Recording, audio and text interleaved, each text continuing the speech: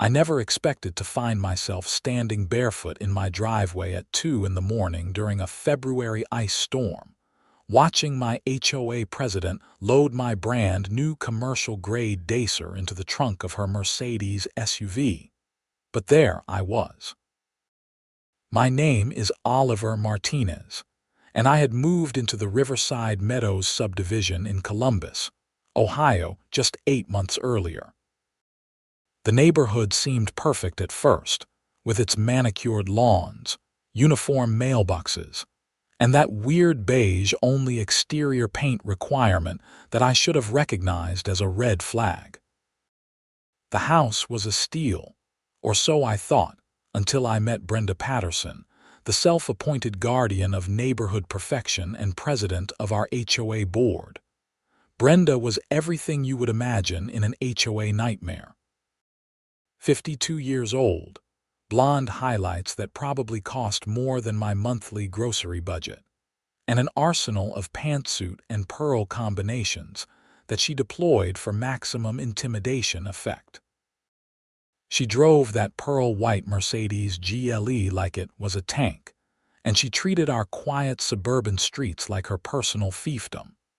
The trouble started in early February, when Ohio got hit with one of those weather systems that meteorologists get way too excited about. The forecast called for freezing rain followed by sleet, then snow, creating what they cheerfully described as a layered ice event. Having grown up in Arizona, I took winter weather seriously now that I lived in the Midwest, so I ordered a 50-pound container of commercial-grade calcium chloride Deicer. None of that basic rock salt garbage. This stuff worked down to -25 degrees and would not damage my concrete driveway that I had just sealed in the fall. The Deicer arrived on a Thursday afternoon, delivered right to my garage as requested. I was working from home that day, as I did most days since my software engineering job went fully remote during the pandemic and never went back. I signed for it, left it in the garage, and figured I would spread some around before the storm hit that night. That evening, around 6, my doorbell rang. I opened it to find Brenda standing there in one of her signature pantsuits, this one an aggressive shade of burgundy that matched her lipstick exactly. "Oliver," she said, not bothering with pleasantries. "I noticed you received a rather large delivery today." "Yeah, Deicer for the storm," I replied, already feeling defensive even though I had done nothing wrong. "I see. You know, the HOA provides salt for all residents. It is in the community shed near the playground. You did not need to purchase your own." I bit back my first response and went with something diplomatic. "I appreciate that, but I prefer calcium chloride. It is better for my driveway and works in lower temperatures." Her eyes narrowed slightly. "The HOA provided salt is perfectly adequate. In fact, our bylaws state that all residents must use HOA-approved materials for property maintenance during winter months. We cannot have everyone using different chemicals that might run off into the storm drains and create environmental issues." I had read those bylaws front to back when I bought the house. The bylaws say we have to maintain our properties to community standards. They do not specify what products we use, just that we keep our walkways clear and safe. "I am the HOA president, Oliver. I think I know what our bylaws say." Her voice had that particular edge that middle-aged women who are used to getting their way develop over years of wielding petty authority. "I am sure you do. Is there anything else? I need to get back to work." She glanced past me into my garage where the massive bucket of Deicer sat. "That is quite a large amount, surely more than you need for your driveway and walkway. I like to be prepared. The forecast says this storm system could last a few days. Wasteful, if you ask me, but I suppose that is your prerogative." She turned to leave, then paused. "Do make sure your walkway is cleared by 8 a.m. tomorrow, per the bylaws. We have had complaints about residents being slow to clear their paths. My walkway will be clear, I said, closing the door perhaps a bit more firmly than necessary. I should have locked my garage that night. That is the thing I keep coming back to. I always left it unlocked because we lived in a safe neighborhood, and I was constantly going in and out. It never occurred to me that someone would actually steal something from it, especially not the HOA president. The freezing rain started around midnight. I woke up to the sound of it pelting against my bedroom window, that distinctive tick, tick, tick that means the temperature has dropped below 32 degrees and everything is about to become a skating rink. I groaned and checked my phone. It was 1:45 in the morning. I lay there for a few minutes, listening to the storm and mentally planning my morning. I would need to get up early, spread the Deicer, maybe clear the walkway multiple times if the precipitation kept up. Then, I heard something that did not fit with the ambient storm sounds. It was the scrape of plastic on concrete coming from my garage. I sat up, suddenly wide awake. My bedroom was on the second floor, facing the front of the house. I crept to the window and looked down at the driveway. In the dim glow of the streetlight, filtering through the curtain of freezing rain, I could see a figure in my garage. My first thought was that someone was robbing me, and I reached for my phone to call 911. Then the figure moved into slightly better light, and I recognized the silhouette. The expensive winter coat, the particular way she held herself with that rigid posture. It was Brenda.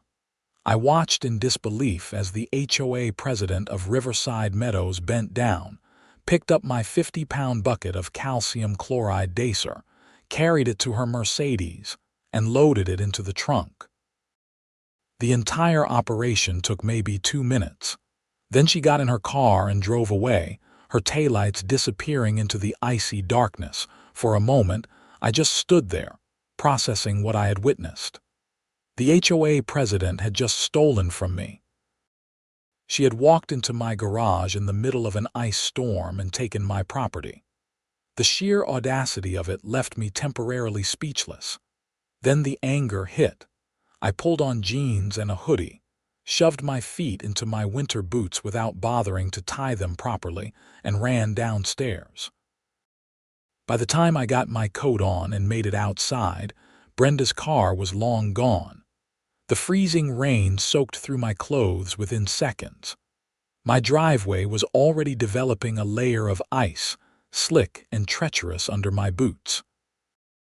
I stood there in my garage, staring at the empty spot where my Deicer had been, getting progressively wetter and angrier.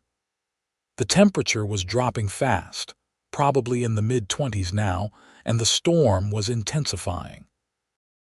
Without that Deicer, I was going to have a hell of a time keeping my walkway and driveway clear. I would have to resort to the basic rock salt from the community shed, assuming there was any left after Brenda inevitably hoarded it for herself and her chosen favorites. I went back inside, changed into dry clothes, and sat down at my kitchen table to think. I could call the police, report the theft, but what would I tell them? That I saw the HOA president taking something from my unlocked garage. I had no proof it was not some arrangement we had made. No, I needed something better. I opened my laptop and started documenting everything. I wrote out exactly what I had seen, with timestamps. I checked my doorbell camera footage, but it faced the front door and porch, not the garage, so it had not captured anything useful. Then I started going through the HOA bylaws again, looking for anything I could use. The thing about HOA presidents like Brenda is that they rely on people being too tired, too busy, or too intimidated to fight back. They count on residents just accepting their authority and going along with whatever arbitrary rules and demands they make. What they do not expect is someone with time, motivation, and a stubborn streak a mile wide. I had all three. The next morning, I woke up at 6 a.m. to a world encased in ice. The freezing rain had continued through the night, coating everything in a thick, glossy layer that turned my normally mundane suburban street into something from a disaster movie. Tree branches sagged under the weight. Power lines dipped dangerously low. Every surface gleamed with treacherous beauty. I bundled up and headed to the community shed to get some of that basic rock salt Brenda had mentioned. The walk took twice as long as normal because I had to move carefully on the ice-covered sidewalk. When I finally reached the shed near the playground, I found it locked with a padlock I had never seen before. There was a note taped to the door in a plastic sleeve. Salt distribution. 8 a.m. 9 a.m. only. See HOA president for access. I stared at that note, feeling my blood pressure rise. She had locked up the community salt and made herself the gatekeeper. And she had done it after stealing my personal Deicer, knowing full well that residents would need access to salt during an active ice storm. I pulled out my phone and took pictures of the locked shed and the note. Then I carefully made my way back home, slipping twice despite my caution. Other neighbors were starting to emerge, shuffling tentatively on the ice, trying to assess the damage and clear their properties. I saw old Mr. Henderson from 3 doors down nearly fall on his front steps. A woman I did not know well from across the street was chipping away at her driveway with a shovel, making almost no progress. At 7:45, I stationed myself on my front porch with a cup of coffee and waited. Sure enough, at 7:58, Brenda's Mercedes came gliding down the street. She pulled into her driveway 4 houses down from mine, and I watched as she got out holding my bucket of Deicer. I could not see the details from that distance, but I did not need to. I watched her spread my expensive calcium chloride all over her driveway and walkway with the casual confidence of someone who believed she would face no consequences. She worked efficiently, covering every inch of her concrete surfaces, using what was probably a quarter of the bucket. At that rate, she would have enough to last the entire winter. When she finished, she carried the bucket into her garage and closed the door. Then she went back out, locked her car, and walked into her house without even glancing around to see if anyone had witnessed her using stolen property. I waited until 8:15, then called her cell phone. I had gotten the number from the HOA directory when I first moved in. "This is Brenda," she answered, her voice crisp and professional. "Hi, Brenda. It is Oliver Martinez from down the street. I was wondering if you could open the community shed. I need to get some salt for my walkway." There was a pause. "The shed is open from 8 to 9 a.m. as posted. It is 8:15. I am standing here now and it is locked." Another pause, longer this time. "I will be there shortly. I had some personal matters to attend to this morning." "No problem. I will wait here." She arrived 15 minutes later, by which time 3 other neighbors had also gathered at the shed, all looking cold and frustrated. Brenda pulled up in her Mercedes, which I noted had not a trace of ice on the windshield or hood despite the storm, almost like someone had treated the surfaces with premium Deicer. "Good morning, everyone," she said, climbing out of her car with that practiced smile. "Sorry for the delay. This storm has been quite challenging." She unlocked the shed and swung the door open. Inside, there were maybe 5 small bags of rock salt left, for a community of 37 houses. "Is this all we have?" asked Tom Fletcher, a guy around my age who lived on the next street over. "This is what is left from our winter supply," Brenda said smoothly. "I have been telling the board we need to order more, but these things take time.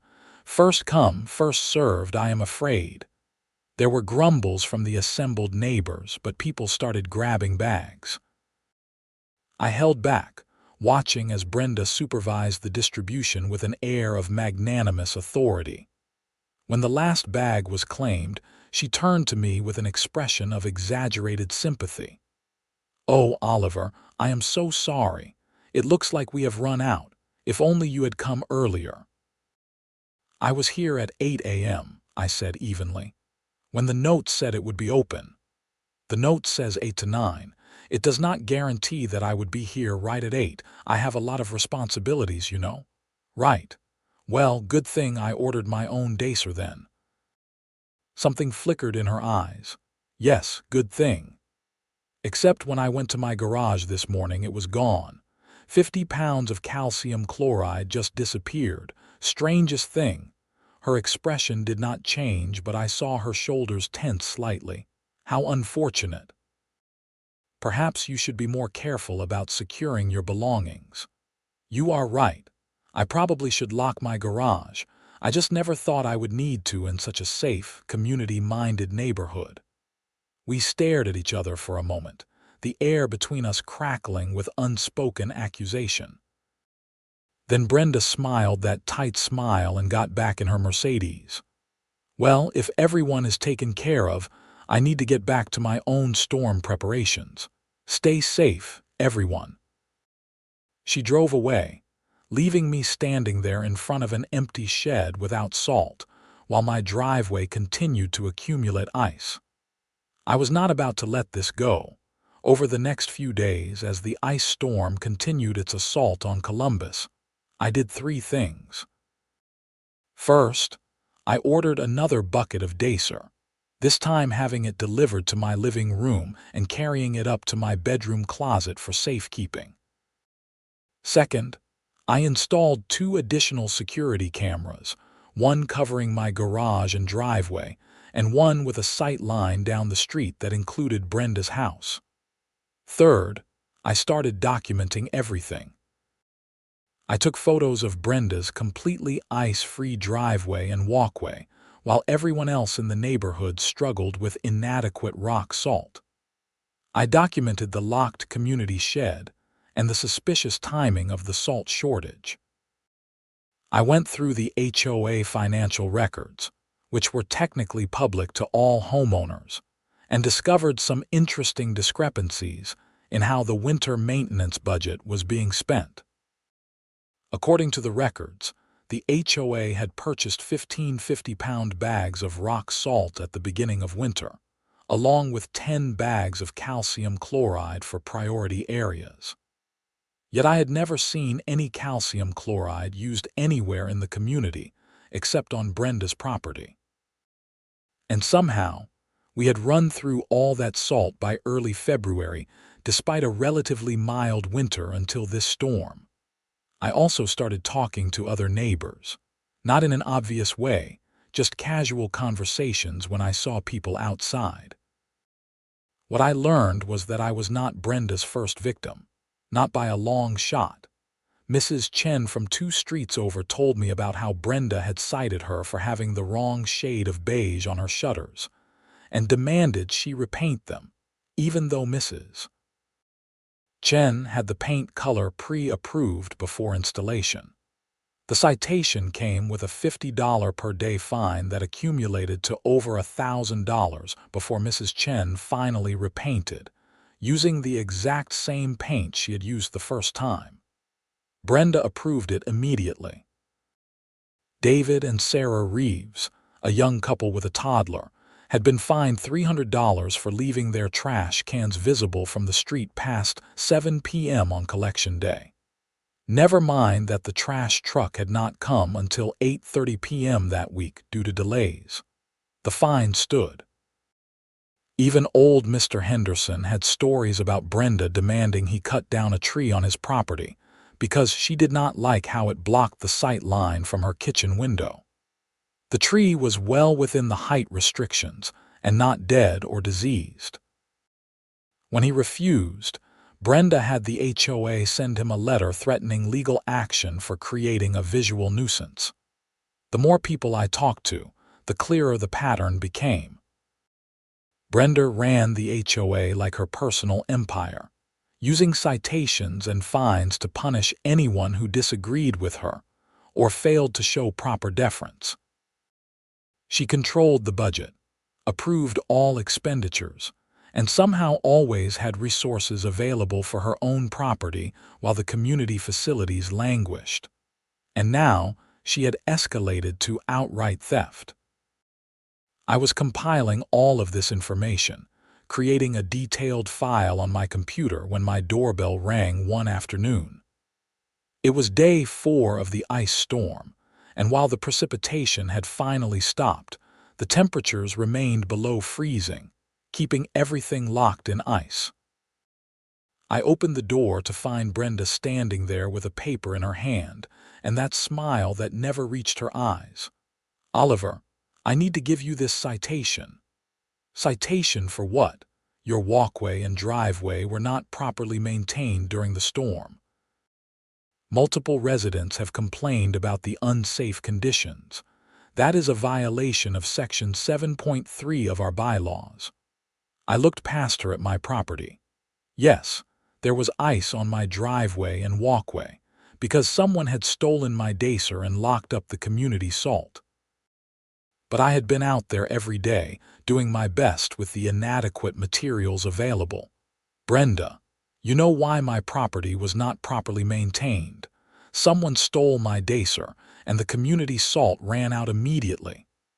"I do not know anything about a stolen Deicer." "And the community salt is allocated on a first-come, first-served basis. It is not my fault if you failed to obtain any.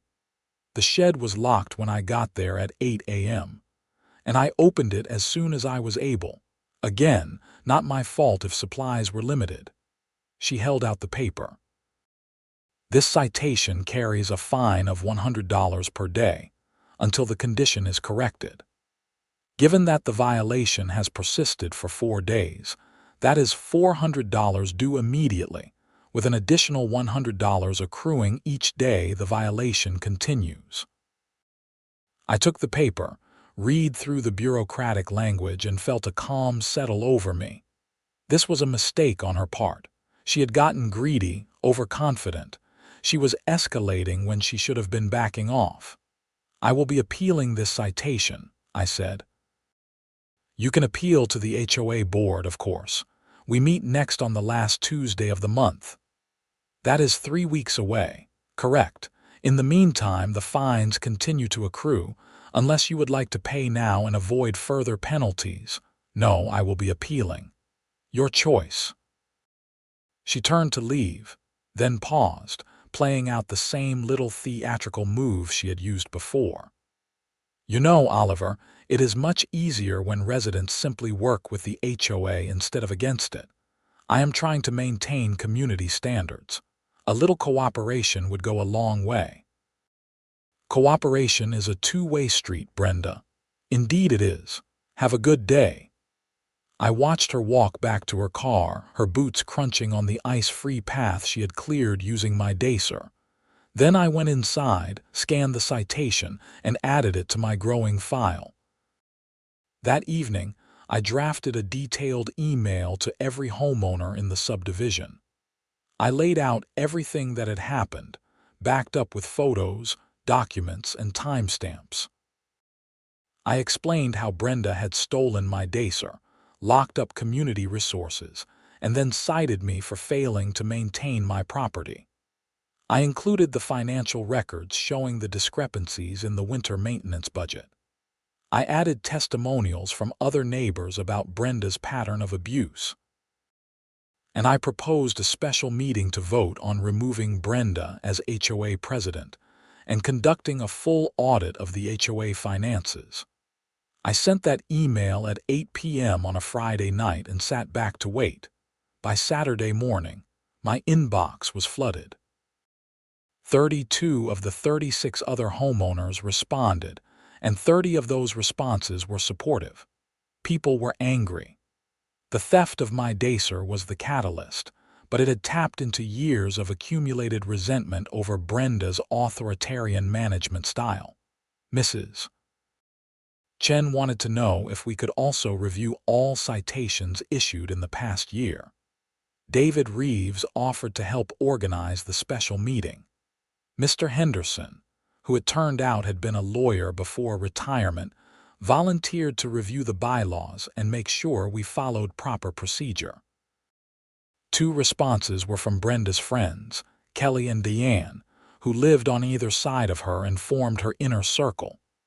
They defended Brenda, called me a troublemaker, and insisted that she had only ever acted in the community's best interest. I noted their positions and moved on. The 37th homeowner did not respond. That was Brenda herself. Over the next week, as the temperatures finally rose above freezing and the ice began to melt, our community underwent a transformation.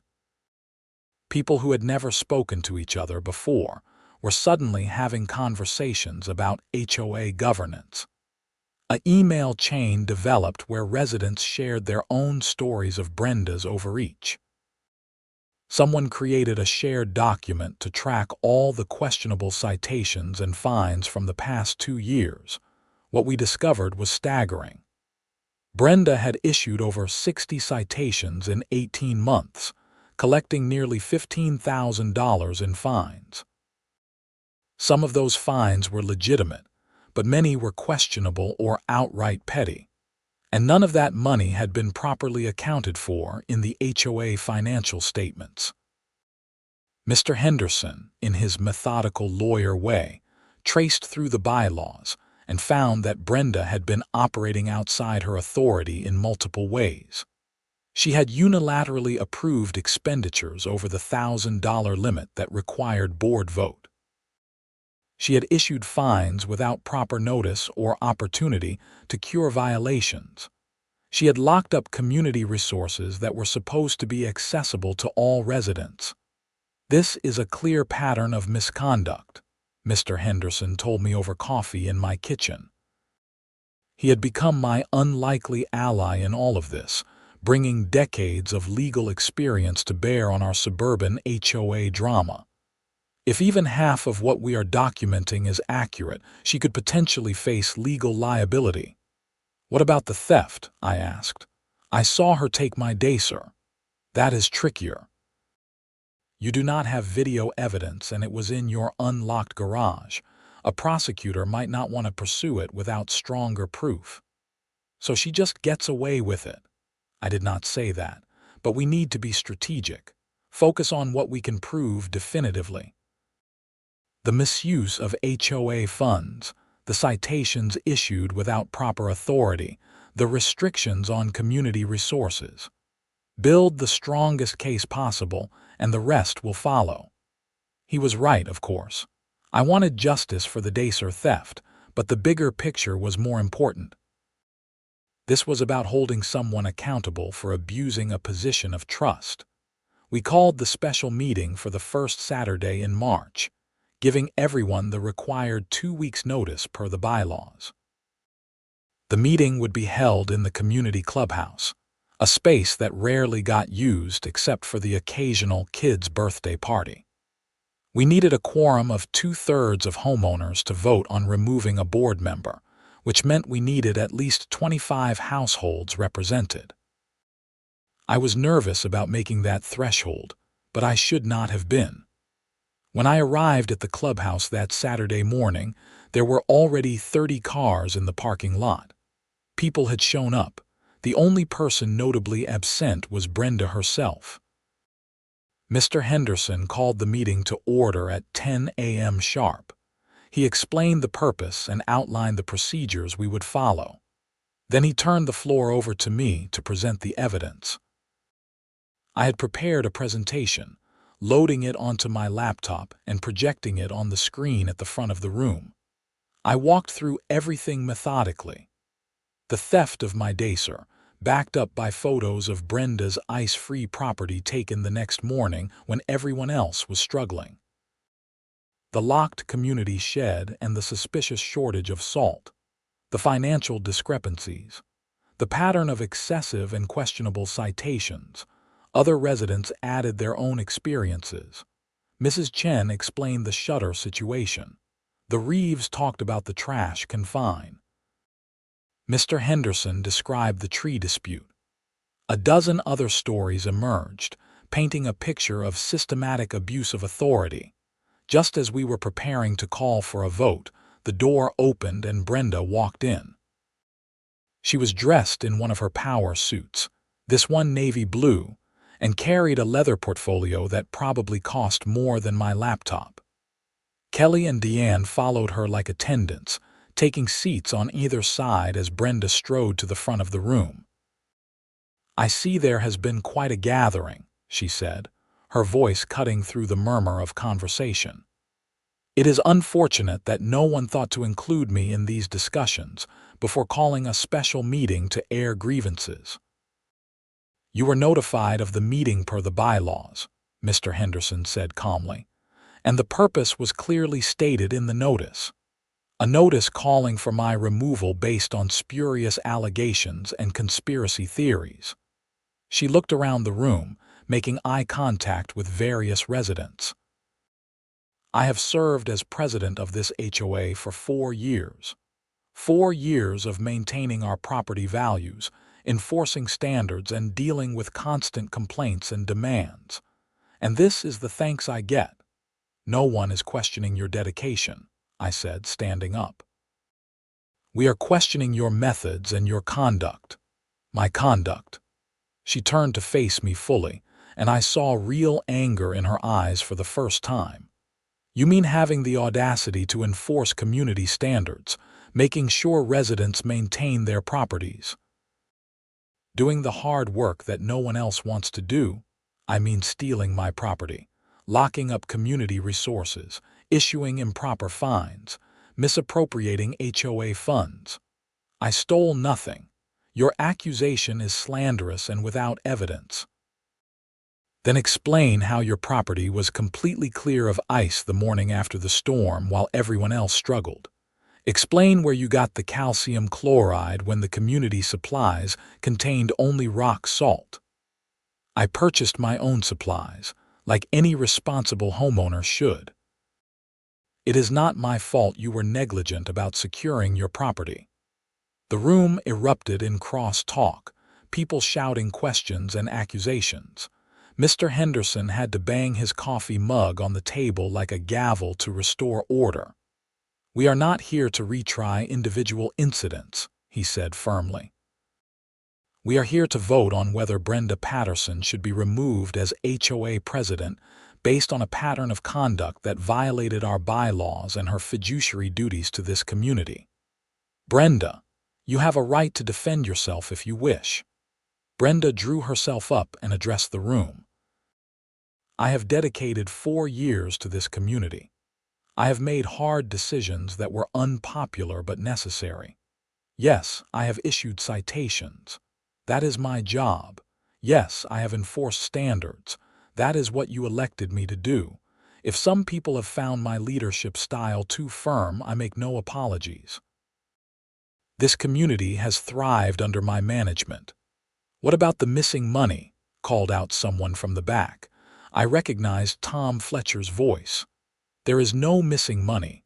The financial records are all available for review. If there are discrepancies, they are accounting errors, not evidence of wrongdoing." "What about locking the salt shed?" Mrs. Chen asked. "Security measure. We had vandalism last year, if you recall." "What about the citations without proper notice?" Mr. Henderson asked. "All citations were issued in accordance with the bylaws as I understood them. If there are procedural questions, we can review the processes going forward." She was good. I had to give her that. Every question, she had an answer. Maybe not a great answer, but enough to create doubt, to suggest that mistakes were honest errors rather than intentional misconduct. But then someone asked the question that changed everything. "Brenda, did you or did you not take calcium chloride Deicer from Oliver Martinez's garage on the night of February 9th? The question came from David Reeves, asked in a straightforward tone without accusation or heat. Just a simple yes or no question. Brenda hesitated.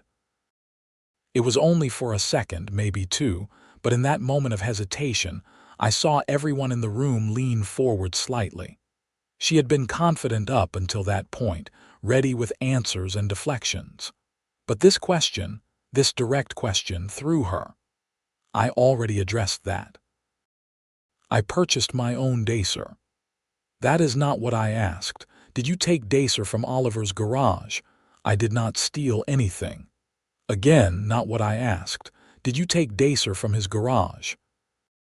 Even if you intended to borrow it or believed you had some right to it, did you physically remove Deicer from his property?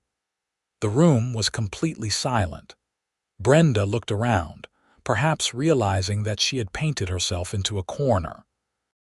If she said no and evidence emerged later proving otherwise, she would be caught in a lie. If she said yes, she would be admitting to theft, or at least trespass.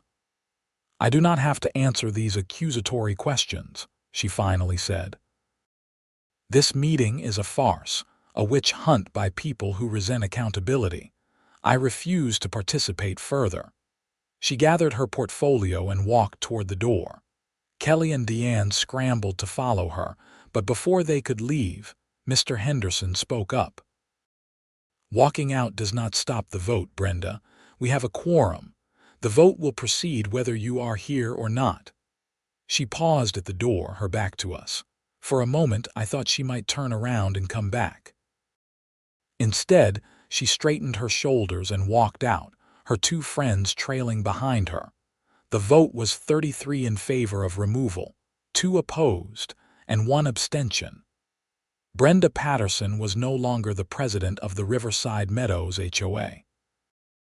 We also voted to authorize a full forensic audit of the HOA finances and to suspend all outstanding citations pending review by a newly formed standards committee.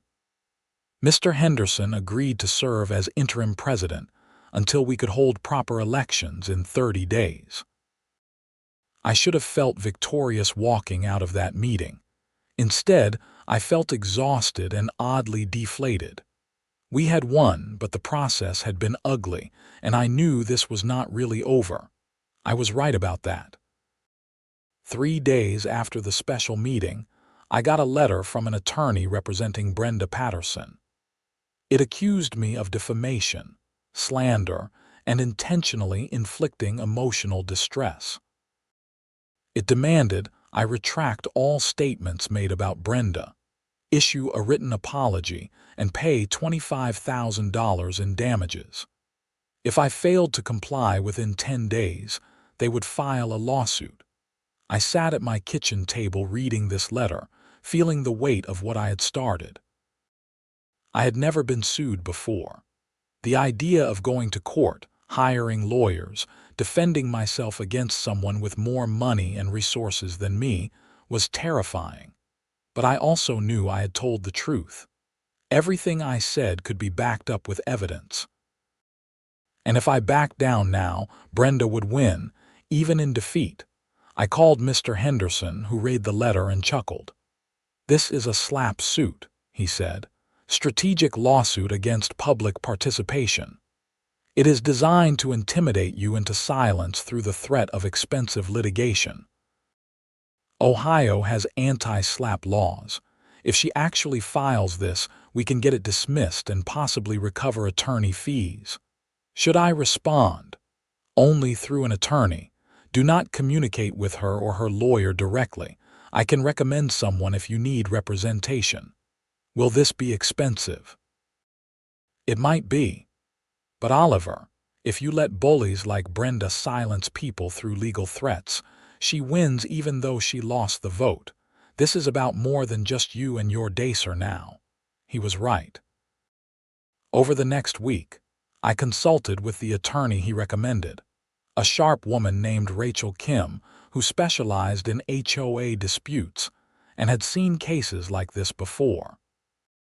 She drafted a response to Brenda's attorney explaining why the claims were baseless and putting them on notice about Ohio's anti-slap statutes. Meanwhile, the forensic audit was moving forward. Mr. Henderson had engaged a professional accounting firm to review the HOA's books for the past 3 years. What they found was worse than we had imagined. The HOA had collected over $18,000 in fines during Brenda's tenure as president.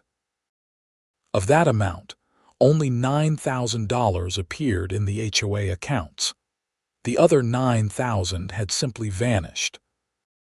Additionally, there were multiple expenditures coded as maintenance or landscaping that had no supporting documentation and did not correspond to any visible work done in the community. The pattern suggested that Brenda had been siphoning HOA funds for years, using excessive fines as a way to generate revenue that she could pocket.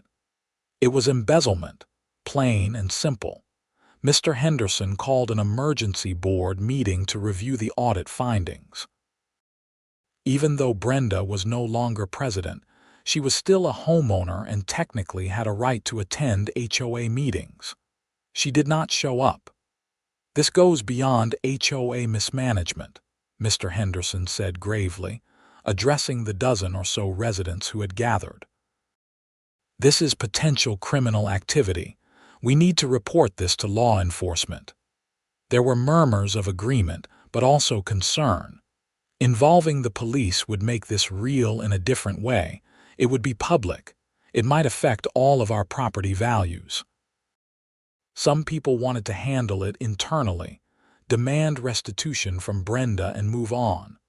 I understood their hesitation, but I also remembered Brenda standing in front of the community defending herself, deflecting, refusing to answer direct questions. She had stolen from all of us, not just me. She had violated the trust of the entire community. "We have to report it," I said. "If we do not, we are just enabling her to do this somewhere else. And honestly, she is already threatening to sue me. I do not think handling this quietly is an option anymore." After more discussion, we voted to file a report with the Columbus Police Department. Mr. Henderson, as interim president, would be the official complainant, but we would provide all the evidence we had gathered. The police took the report seriously. A detective named Sarah Morrison came out to interview Mr. Henderson and review the financial documents. She was professional and thorough, asking detailed questions about the HOA's structure, Brenda's role, and the evidence of embezzlement. "This is going to take some time to investigate," she told us. "Financial crimes usually do, but based on what you are showing me, there is definitely probable cause to pursue this. We will be in touch." March turned into April. The ice and snow finally melted completely, revealing all the damage the winter had caused. Tree branches that had snapped under the weight of ice, gutters that had pulled away from roof lines, chunks of concrete on driveways and walkways where the freeze-thaw cycle had done its work. Our neighborhood settled into a new normal. We held elections and voted in a new HOA board with Mr. Henderson as president, Mrs. Chen as vice president, and 3 other residents filling out the remaining positions. We instituted new bylaws with better oversight and accountability. We reviewed every citation issued under Brenda's leadership and rescinded about 40% of them as improper. Brenda's attorney never filed the threatened lawsuit. Once we responded with our own letter detailing the evidence of embezzlement and making it clear we would aggressively defend and countersue, the threats stopped. But Brenda herself remained in the neighborhood, living in her house 4 doors down from mine, her Mercedes still parked in her immaculate driveway. She ignored all attempts at communication from the HOA. She paid her dues but participated in nothing. When neighbors saw her coming, they generally went the other way. She had become a pariah in the community she had once ruled. I found myself feeling an unexpected emotion toward her: pity. Not enough to forgive or forget, but enough to recognize that she had destroyed her own life through greed and petty authoritarianism. She still had her house, her car, her material possessions, but she had lost something much more important. In late April, Detective Morrison called Mr. Henderson with an update. They had completed their investigation and found evidence of embezzlement totaling approximately $11,000 over 3 years. The prosecutor's office was moving forward with charges. Brenda would be arrested within the week. Mr. Henderson called me to share the news. "I thought you should know. You started this in a way." "I just wanted my Deicer back," I said, only half joking. "Well, you got a lot more than that. How are you feeling about it?" I thought about that question. Honestly, relieved, tired, a little bit sad. I did not move here expecting any of this. None of us did, but sometimes things need to happen. Communities need people willing to stand up when something is wrong. The arrest happened on a Tuesday morning. I was working from home as usual when I saw the police cars pull up to Brenda's house. 2 officers went to the door, spoke with her briefly, and then led her out in handcuffs. She was not in one of her power suits this time. She wore jeans and a sweater, looking smaller somehow, diminished. I watched from my window as they put her in the police car and drove away. Several other neighbors had come out of their houses, standing in their yards or on their porches, witnessing the culmination of months of conflict. No one looked happy. There was no celebration. Just a somber recognition that one of our own had fallen. The local news picked up the story that evening. "HOA president arrested for embezzlement," the headline read. They ran a brief segment with exterior shots of our neighborhood and interviews with a few residents who were willing to speak on camera. I declined to participate. I had said enough. The legal process ground forward slowly. Brenda was released on bond pending trial. She got a defense attorney who filed various motions to dismiss or suppress evidence, all of which were denied. The prosecutor's case was strong, built on the forensic audit and corroborating testimony from residents about the questionable fines and citations. In July, Brenda's attorney approached the prosecutor about a plea deal.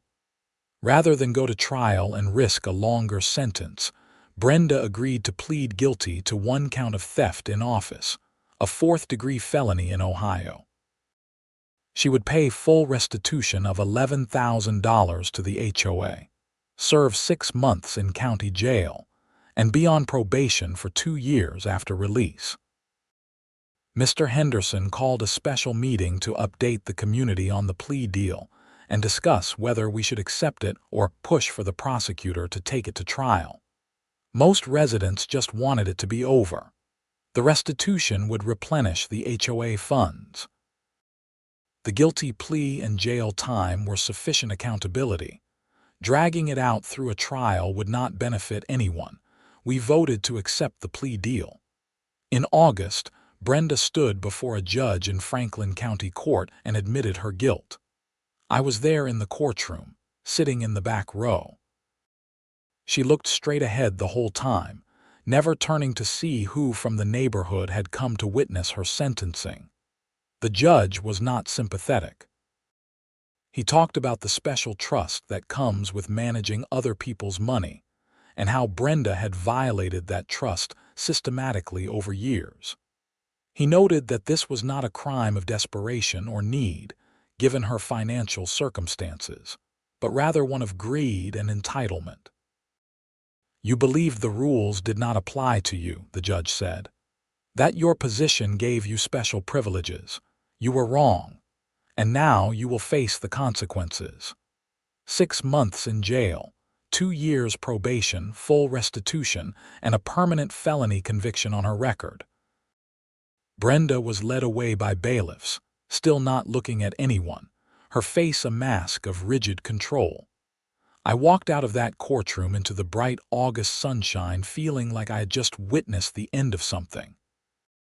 Not just the end of Brenda's freedom, but the end of a chapter in our community's story. Life in Riverside Meadows gradually returned to something approaching normal. The new HOA board implemented reforms that gave residents more voice and limited the authority of any single person.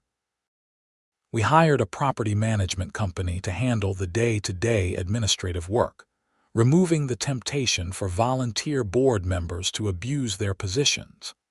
The community shed was kept unlocked during winter months, with adequate supplies of salt and Deicer available to all. We instituted a formal appeals process for any citations, with hearings before the full board rather than just the president. We published detailed financial reports quarterly and had annual audits conducted by outside firms. Brenda's house went up for sale in September, listed by a bank handling the foreclosure. She had put it on the market herself initially, but without income during her incarceration, she could not maintain the mortgage. Kelly and Deanne, her former allies, had moved away quietly over the summer, not wanting to be associated with the scandal. I ran into Mr. Henderson at the community mailboxes one afternoon in October, as the weather was starting to turn cold again. We chatted about the upcoming Halloween decorating contest, the new family moving into Brenda's old house, the general state of the neighborhood. "You ever think about what would have happened if you had just let her take the Deicer?" he asked. "If you had not pushed back?" "All the time," I admitted. "She probably would still be running the HOA, still collecting fines, still taking money. It would have kept going until someone else finally had enough. Maybe, or maybe everyone would have just learned to keep their heads down and go along." "That is what she counted on." He paused, looking around at the peaceful suburban street. "You did a good thing, Oliver, even though I know it did not feel good a lot of the time." "It felt necessary," I said. "That is different from good," he nodded. "Fair enough." The day before Thanksgiving, I was in my garage organizing my winter supplies when I noticed something sitting by my workbench. It was a 50-pound bucket of calcium chloride Deicer, identical to the one that had been stolen 10 months earlier. There was a note taped to the lid. I opened it and read, "Oliver, I am sorry for everything. This does not make it right, but I wanted you to know I regret how things went. Brenda." I stood there holding that note for a long time. She must have arranged for someone to deliver it, probably from jail since she still had a few weeks left on her sentence. It was not much, just a replacement for what she had taken and a few words of apology. But it was something. An acknowledgement, however small, that what she had done was wrong. I could not forgive her completely. The damage had been too extensive, the violation of trust too deep. But I could accept this gesture for what it was, a first step toward making amends. Winter came to Columbus hard that year, with snow starting in early December and barely letting up through January. I used that Deicer faithfully, keeping my driveway and walkway clear. I also made sure the community shed stayed well stocked, personally donating several bags of salt when supplies ran low. Other neighbors did the same. We helped each other out during the worst storms, elderly residents getting assistance from younger ones, people with snowblowers clearing multiple driveways on their streets. The experience with Brenda had taught us something valuable about community, that it requires active participation and vigilance, not passive acceptance of whoever claims authority. In February, almost exactly 1 year after the ice storm that started everything, Brenda completed her jail sentence and was released on probation.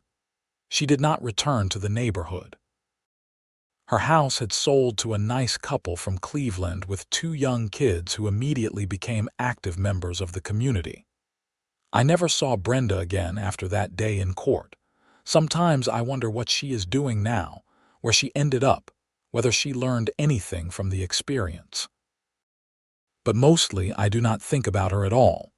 She is a cautionary tale, a story I sometimes share when people ask about my neighborhood. Be careful who you give power to, and never be afraid to speak up when something is wrong. One Saturday morning in March, I was spreading Deicer on my driveway after a light overnight snow when my new neighbor from Brenda's old house came over to chat. His name was Rick Owens, and his wife Wendy had been asking about getting involved with the HOA board. "I heard there was some drama here last year," Rick said. "Something about the previous president." I leaned on my Deicer spreader and gave him the short version of the story. His eyes got wider as I talked. "Wow," he said when I finished. "And that all started because she took your Deicer." "That was the catalyst," I said. "But honestly, it was always going to come to a head somehow. She had been abusing her position for years. The Deicer was just the thing that made it impossible to ignore. Still, that takes guts, standing up to someone like that." I shrugged. "I am not sure it was about guts. I was just mad, you know. And sometimes being mad is enough to push you past your fear of confrontation." Rick laughed. "Well, I am glad you were mad. This seems like a great neighborhood now. Everyone we have met has been welcoming and helpful." "It is exactly what we were looking for when we moved here." After he went back to his own house, I finished spreading the Deicer and stood there for a moment looking up and down the street. It really was a nice neighborhood. Good people, well-maintained houses, the kind of place where you could raise kids or retire in peace. It had almost been ruined by one person's greed and need for control, but the community had pulled back from that edge. That evening, the HOA board held our monthly meeting in the clubhouse.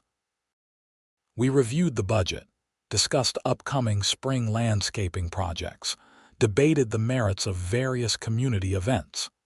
It was boring, bureaucratic stuff, exactly what HOA meetings should be. As I drove home that night, I passed the spot where Brenda's car had been parked that day she came to issue me the citation. I remembered her confident smile, her absolute certainty that she could bully me into submission, and I thought about what happened after. There was no dramatic moment of revelation, no sudden realization that changed everything. Just a slow accumulation of evidence, of people finding their voices, of a community deciding collectively that they deserved better. Justice, when it came, was not swift or satisfying in a Hollywood sense. It was procedural, bureaucratic, the grinding of official wheels following proper channels. But it was real. And it mattered. The Deicer incident had taught me something important about how change happens. It is not about grand gestures or dramatic confrontations, though those have their place. It is about documentation and persistence. It is about building coalitions and following procedures. It is about being willing to endure discomfort and uncertainty for the sake of something larger than yourself. Most of all, it is about refusing to accept that things have to be the way they have always been just because someone in authority says so. I pulled into my garage and closed the door behind me, making sure to lock it this time. Old habits die hard, even when the threat is gone. Inside my house, I made dinner, watched some television, checked my email. The ordinary rhythms of an ordinary life in an ordinary suburban neighborhood, but I knew now that nothing was truly ordinary. Every community, every organization, every structure of human society contains within it the potential for both good and evil, justice and abuse.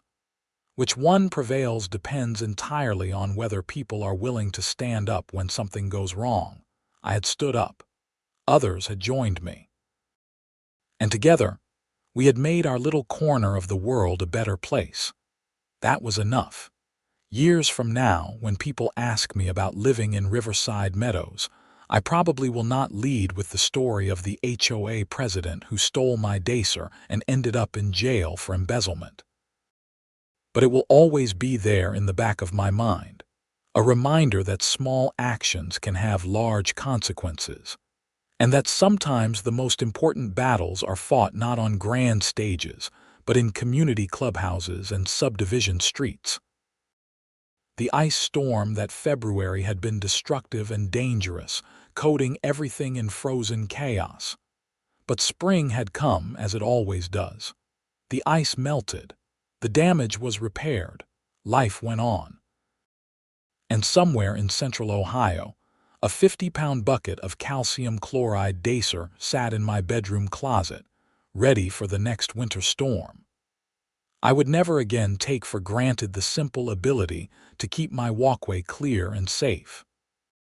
Some people collect souvenirs from their travels or important life events.